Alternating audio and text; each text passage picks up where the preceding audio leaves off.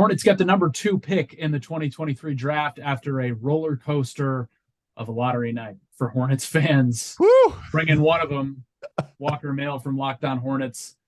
Walker, I mean, it's almost like there was a gut punch followed by, oh, they still got the number 2 pick. Yeah, I can't tell you the emotions I felt, Nick. I'd been talking myself into believing, right? Like I didn't actually believe, but I was faking it until I made it. I was trying to believe that the Hornets actually could get the number 1 overall selection. Doing Locked On Hornets, going on WFNZ every single day. I was trying to give the people something to pull for, but I myself was suffering with some, it's probably not going to happen type of feeling. And then they revealed all the way to 2 before we got to see the Hornets logo. And so it's weird because this night does mean so much. Nick, it's so weird. These little ping pong balls, 1,001 of them, Adam Silver, Mark Tatum, they change everything. It's nuts. And so I was thinking, I was living in that alternate universe. Oh my goodness. They almost had Victor Wembanyama, who has been compared to LeBron James as a prospect, something we quite literally have not seen before. But as I got over that, which took a little bit, but as I got over it, Scoot Henderson was also tabbed as a guy that in a draft that did not have Victor Wembanyama in it would usually go number 1 overall. Now, Brandon Miller had a great year at Alabama. I know a lot of people like what Brandon Miller brings to the table, even maybe a little smidge of Cam Whitmore. I think Scoot Henderson should be the pick. Awesome player. That's what I think the Charlotte Hornets should do with the 2nd overall pick. And you're right. Overall, Nick, it's still a very good night. It wasn't the best night. It was not the best. The best would have landed Victor Wembanyama here, but it's still very, very good. And I'm ultimately happy with it. Before we get into Scoot and LaMelo and how all of that works, I asked Mitch Kupchak if he would still pick a point guard based on the fact that he already has one. And he kind of said yes, but then he was like, well, we've added more talent the last 3 years, which allows us to be picky based on position. I mean, are you of the mind that Scoot Henderson is so clearly the number 2 pick in this draft? Do you think that's how most evaluators see it? I think the first question is, or the first answer is, yeah, I do think that he's pretty clearly the 2nd best prospect here. I don't think every evaluator sees it that way. Nick, we're going to be having big time debates about whether Brandon Miller or Scoot Henderson should be that 2nd overall selection. I am firmly in the camp of draft another point guard, combo guard type over what Brandon Miller brings to the table. But there's going to be that conversation. There's going to be that debate for the next month, and it's going to get pretty heated. Now, for me, I just think it's a great question you asked, because so many times Mitch Kupchak would tell you that they were not in a position to draft based off of need. We just need all the talent coming in. It doesn't matter if that means 5 talented point guards or whatever. We need all of the assets. We need all of the talent. But the fact that he did give a little bit of an answer saying, well, maybe we can, if there's 2 guys in the same tier, we can go towards the position we feel best fits our roster. Yeah, that is interesting. And we'll see what Mitch Kupchak ultimately does on draft night. What do you like about Scoot? And how do you think it could and would work with he and LaMelo both here? I think LaMelo and Scoot are a fantastic pairing. And there's a lot of people that are going to tell you they're not. The reason I think they are is because LaMelo Ball absolutely can play off ball.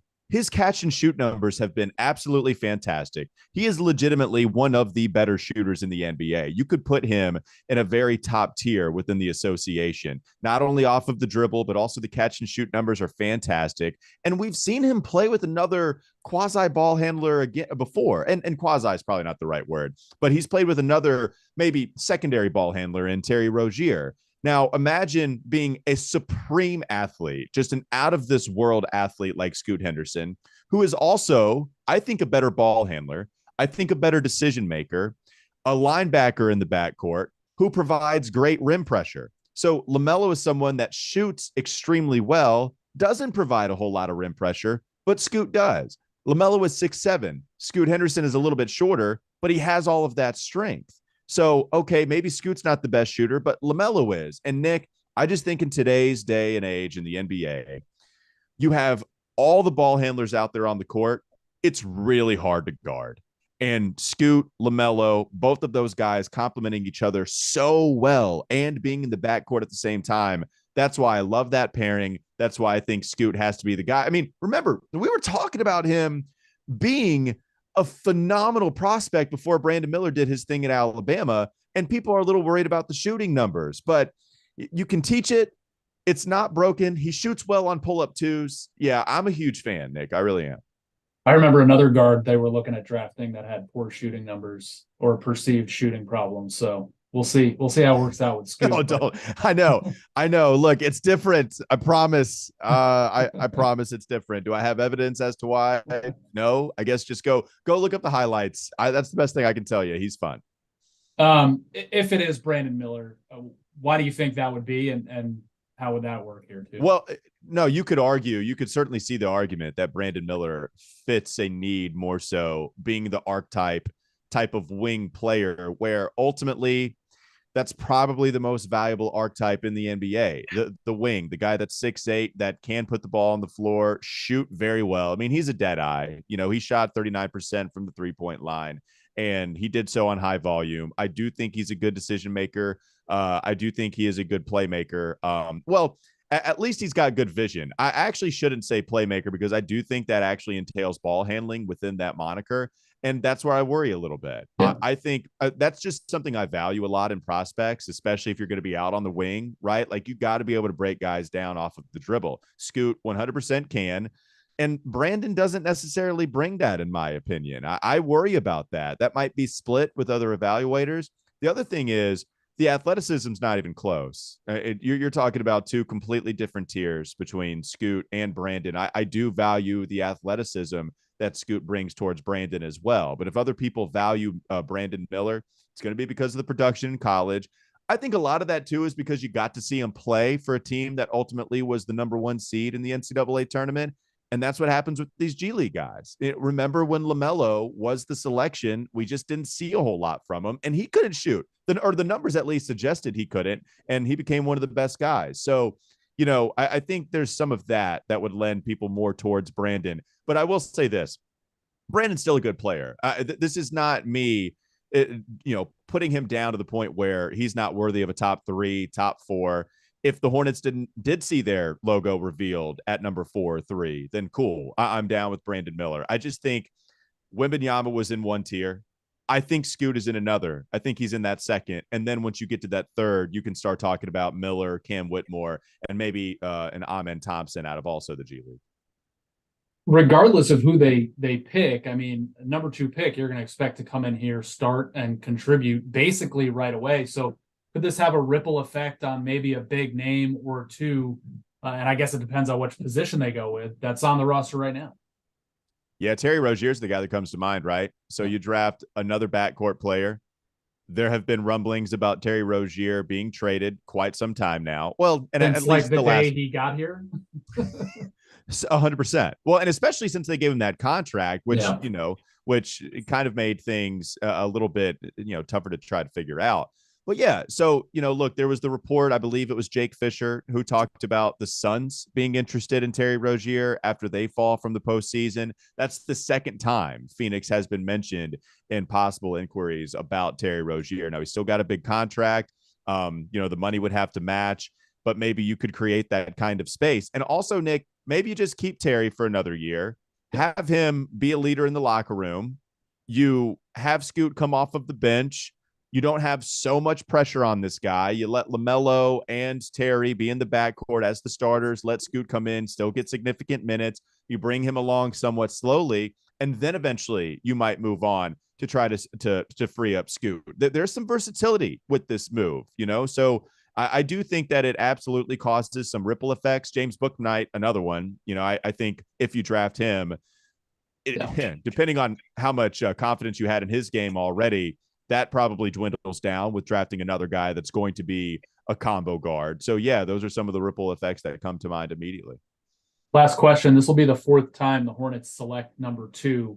I feel like it just started great and got progressively worse. 1992, Alonzo Mourning. 2004, Emeka Okafor. 2012, Michael Kidd-Gilchrist. So we know there's not a lot of trust from Hornets fans in the lottery overall. How much trust do you have in Mitch Kupchak and this organization to make the right call? I mean, it's not the number one pick, and it's, but it still could be franchise altering if they play it the right way. Oh yeah, 100%. I trust Mitch. The only real problem I've had, well, at least in hindsight, he missed on James Bouknight as of right now, and they traded up for Kai Jones. There's been one draft where they've missed. They traded SGA after they drafted him. Miles Bridges' on-court product actually turned out to be a pretty good evaluation. Now, I loved SGA, but those are a couple of the misses. Other than that, Nick, he's hit on later picks. You talk about PJ Washington in the double digits. Same thing with the Miles Bridges, who ultimately was worthy of that selection if we just talk about his on-court product. When you talk about the second-round selections, he's gotten guys to second contracts like a Devontae Graham. Jalen McDaniels was at least sought after on the trade market. Cody Martin signed a $32 million deal. Guys will get to their second contracts, which is a big deal with second rounders. And we saw Mitch Kupchak into this territory one other time. They hit with LaMelo Ball, which was not a foregone conclusion. Yeah. It probably was supposed to be those three guys, but there was still plenty of talk about Onyeka Okongwu possibly being that guy, and they stayed strong with LaMelo. I think I trust Mitch Kupchak to get this right. I'm not 100% sure that he's going to pick Scoot, but I hope he does. I think he will. And once all of that happens, because of them being revealed as the second team in this NBA draft, I'll be feeling very good about the position the Charlotte Hornets team is in. Walker Mehl, you're the best. Sorry, you didn't win the lottery again. It's okay. Look, I was in a straitjacket rocking back and forth for a little while, but I love Scoot Henderson. I hope that's the pick. And man, roller coaster of a night, but it ends on a high note talking with you, Nick. So I appreciate it. All right. Thanks, buddy.